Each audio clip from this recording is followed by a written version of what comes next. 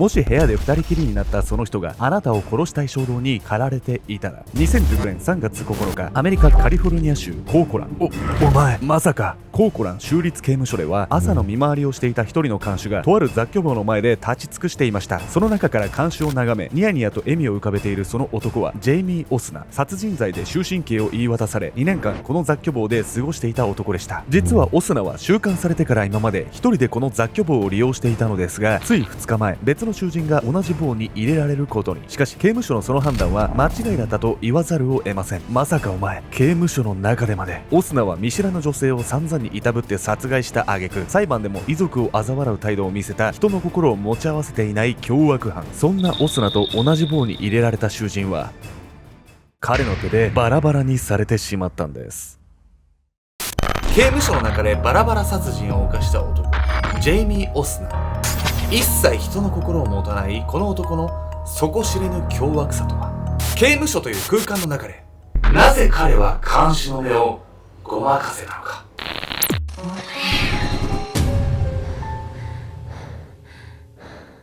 おそす、大木将軍です。ケンちゃんです。恋の暴れん坊将軍、読谷子です。本日ご紹介するのは刑務所内でバラバラ殺人を犯したジェイミー・オスナという男について。刑務所内でさ、殺人までならまだ聞いたことあるじゃない私たち。バラバラ殺人なんてどうやってすんのよ。絶対監視止められるじゃない。どんなずさんな体制だったんだろうかって気になっちゃいますよね。なぜオスナは同じ房の囚人まで殺めてしまったのか。この男の凶悪さ、覚悟してご覧ください。真のサイコパス。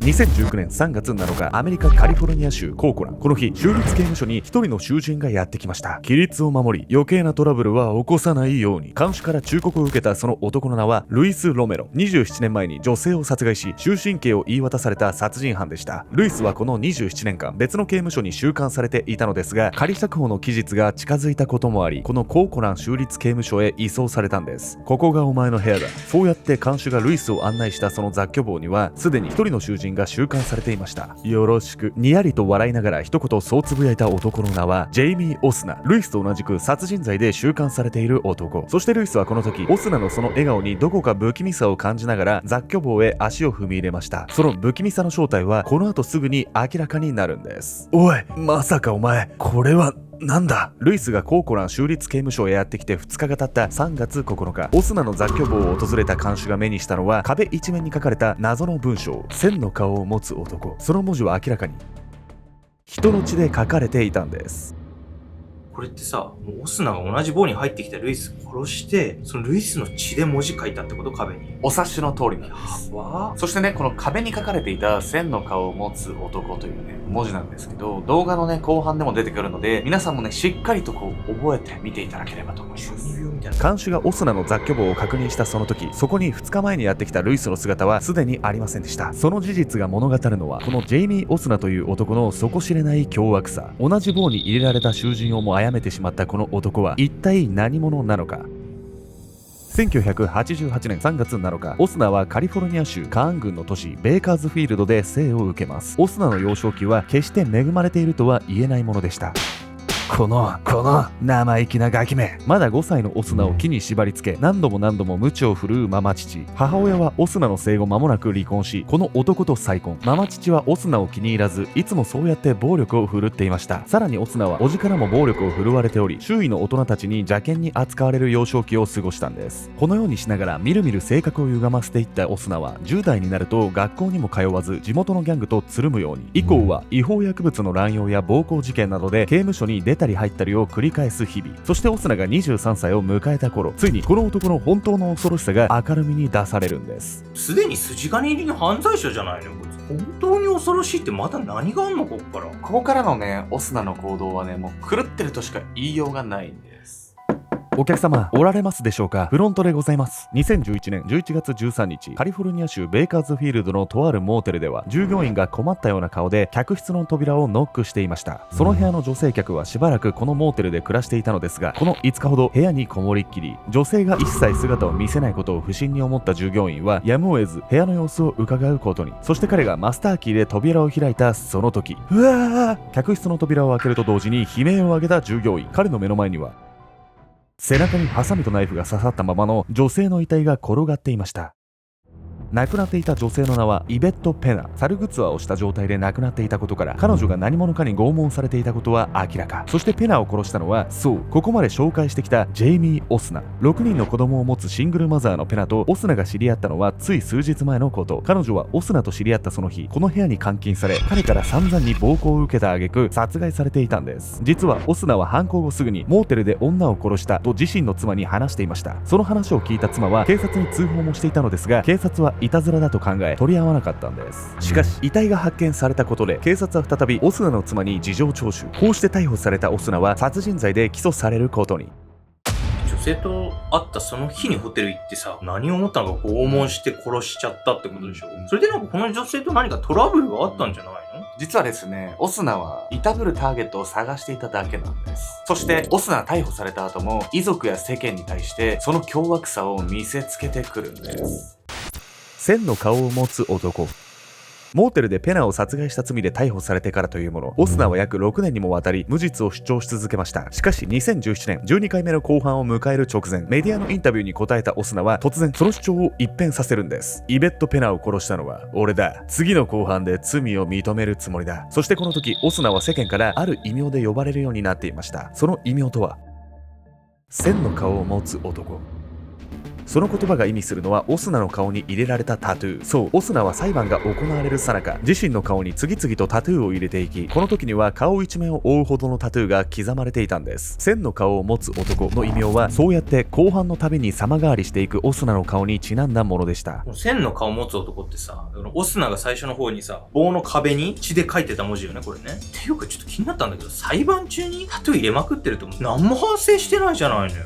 もうこれはね、明らかにね、司法や遺族に対する挑発行為なんです。ところでね、アメリカでタトゥーっていうとそんなにね、あの国では悪いものとして捉えられてないっていうね、印象が結構皆さんあるのかもしれないんですけど、実はそれってね、我々日本人の思い込みだったりするんです。というわけで本日のメトラキーワード、アメリカにおけるタトゥーの印象について。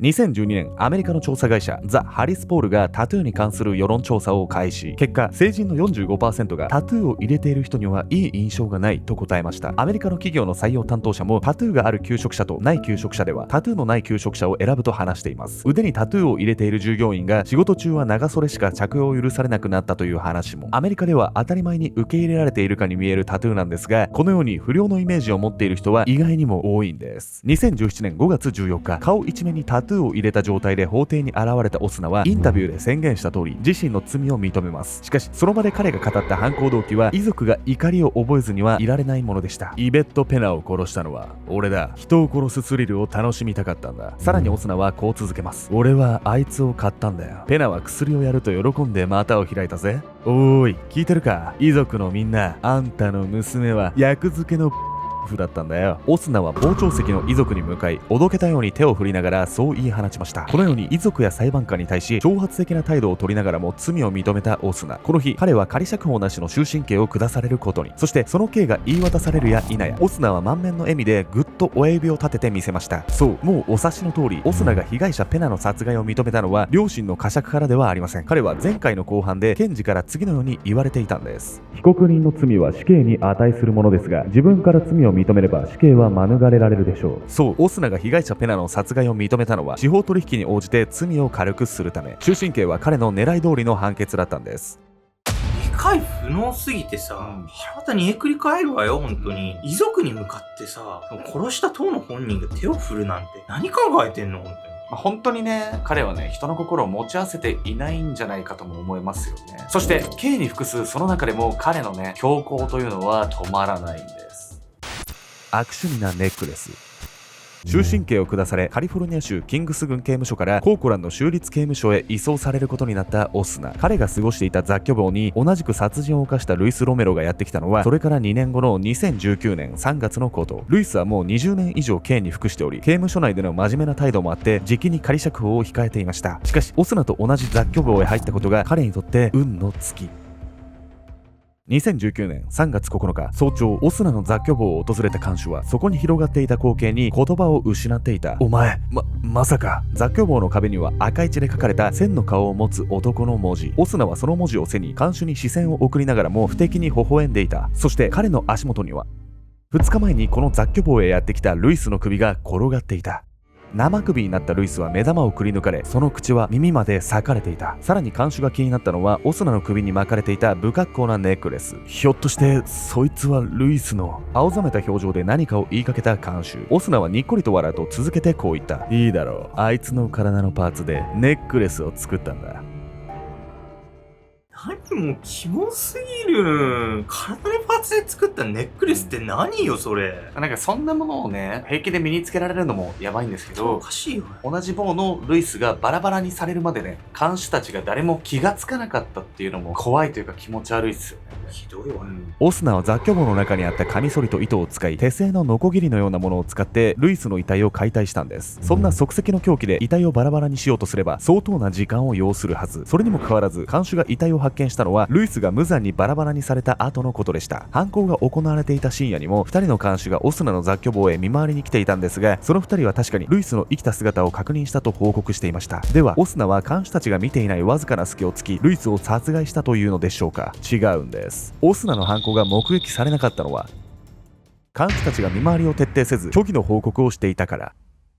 実はオスナとルイスの雑居房の鉄格子には白いシーツで目隠しがされており、外からは確認できない状態に。そして看守は見回りの際シーツをめくって雑居房の状態を確認したと話しています。しかしオスナの犯行が目撃されていない事実から彼らが確認を怠っていたことは明白。結局虚偽の報告をした看守のうち1人は9ヶ月の停職処分、1人は2年間の減給処分となっています。さらに言えばそもそもオスナとルイスを同じ雑居房に入れた刑務所の判断自体が大きな間違いでした。オスナはコーコラン州立刑務所に来る以前、別の刑務所でテオノなどの武器を隠し持っているのを発見され、看守から危険人物と恐れられていました。実際に別の囚人の独房へ侵入し顔面を切りつけ67針の怪我を負わせる事件を起こしたことも。その時は被害を受けた囚人が恐ろしさのあまり証人となることを拒んだため事件もうやむやに。こうした経緯から看守たちにとってオスナを別の囚人と同じ棒に入れてはいけないというのは疑いようのない常識だったんです。これ絶対悪いのはオスナなんだけどさ、それだけ危険だって分かってんのに全然見回りしてなかった。看守も看守よこれ。これ絶対職務怠慢じゃないこれ。このね、殺されたね、ルイスなんですけど、彼自身もね、自分の罪を悔い改めていましたし、彼のね、家族っていうのもね、仮釈放を心待ちにしていたんです。それなのにね、このオスナという男は刑務所に入った後も本当にね、多くの人々を傷つけたんです。